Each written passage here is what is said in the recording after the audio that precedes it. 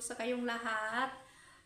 Today is Saturday dito sa Pilipinas at naisipan ko guys mag-upload ulit ng daily life ko dito sa Pilipinas at naisipan ko na balikan yung aking YouTube channel. Mainit guys kasi uminit ngayong araw katatapos ng bagyo pero sa awa ng Diyos uminit ngayong araw. Kaya yan, kumusta kayong lahat? Saan man kayo? At thank you for supporting my channel. At today's video guys ay magluto tayo for daily life ko dito sa Pilipinas. Mag-share ako kasi sayang yung aking YouTube guys na hindi na ako nag-upload. Kaya thank you again sa mga always nag-support sa aking mga ina-upload. Keep watching guys! Ayan, magluluto ako guys. Ayaw ko magluto doon kasi gagamit sana ako ng kahoy pero ayaw ko nang gagamit para madali kasi running time na dito na ako. Ayan, nakasaing na ako ng kanin guys. Kaya ito na yung aking mga lulutuin yung tira namin yan kanina. Kaya ito na yung aking lulutuin. Ito ay yung anong tawag dito? Yung mabango na beans at saka yung meat.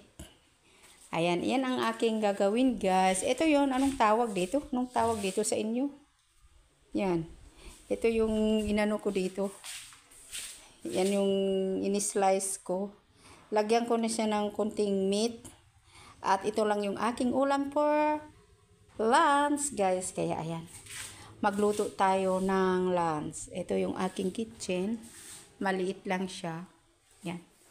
At kukuha ako ng aking palayok at magluluto tayo guys ng ulam. Simple lang na ulam pang lunch. Yan. Okay na yan. Then lagyan natin siya ng mantika at magigisa tayo para masarap. Ayan, maglagay tayo ng mantika.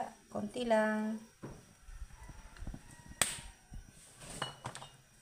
Ayan guys, saan man kayo sulok ng mundo, ayan, mag-subscribe sa aking channel at kung anong mga gusto nyo aking i-upload kasi alam nyo guys, hindi na ako nag-a-upload dahil busy ako sa personal life. Kasi isa na rin ako na public servants dito sa aming barangay, kaya ayan. Hindi ko na maano yung aking YouTube. Pero sayang din kung hindi ko mabalbalikan. Kaya yan. Maglagay ko ng garlic. Yan. Habang nagluluto tayo, nakukwento tayo kasi namiss ko na kayo guys. Lalo yung mag-live. Bumaba na yung watch hour ko. Yung mga ko kaya yan. Then, ilagay ko yung aking meat.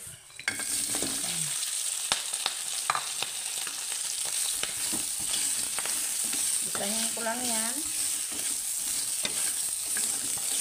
Ganyan yung ginagawa ko sa meat. Niluluto ko siya. Kasi wala kaming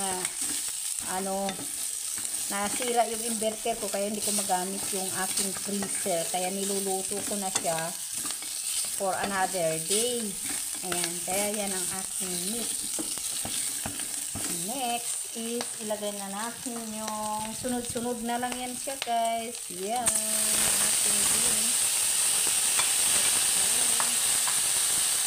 Then ilagay na lang natin. Gisa-gisa na lang natin.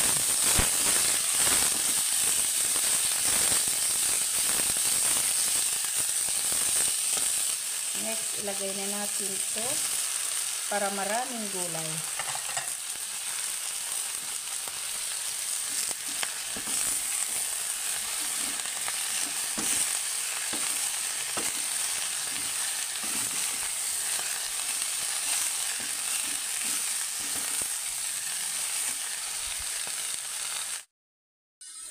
Ayan, maglagay ako ng ginisang mix guys. Ito, lagyan natin siya ng ginisang mix powder. Ginisang mix powder tayo para masarap. Tapos, lagyan natin siya ng salt.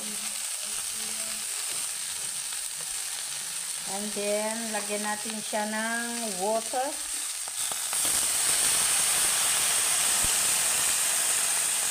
Kunti lang. Yan. Then, haluin lang natin. Pinakasimpleng ulam ng probinsya. Ayan. Pero yung iba, hindi nag-uulam ng ganyan. Kaya, dito sa aming province, o dito sa probinsya, kung ano lang ang ulamin, okay na yon. Hindi na kailangan na always na masarap. Ayan. Kasi ako, hindi nabubuhay na walang gulay. Ayan. Pakuluan lang natin yan. Hayaan natin yan ng 20 or 25 minutes. Ganyan. Para hindi siya masyadong cook. Kaya ayaan lang natin. Takpan ko muna yan siya, guys.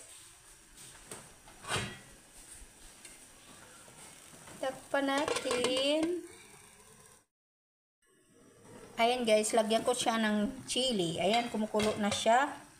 Lagyan natin ng chili kasi para masarap. Kasi mahilig yung mga kasama ko sa bahay ng chili. Ayan.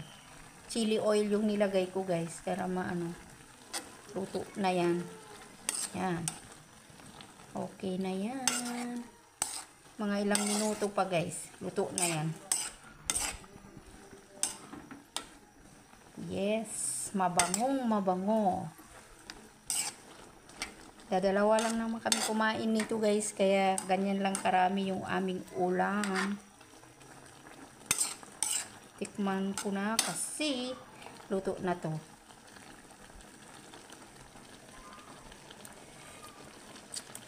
Okay na siya pero minuto pa. Okay guys, thank you for watching. Ito na yung luto na to at kakain na guys. At thank you again. And don't forget to subscribe. See you sa next video. Bye!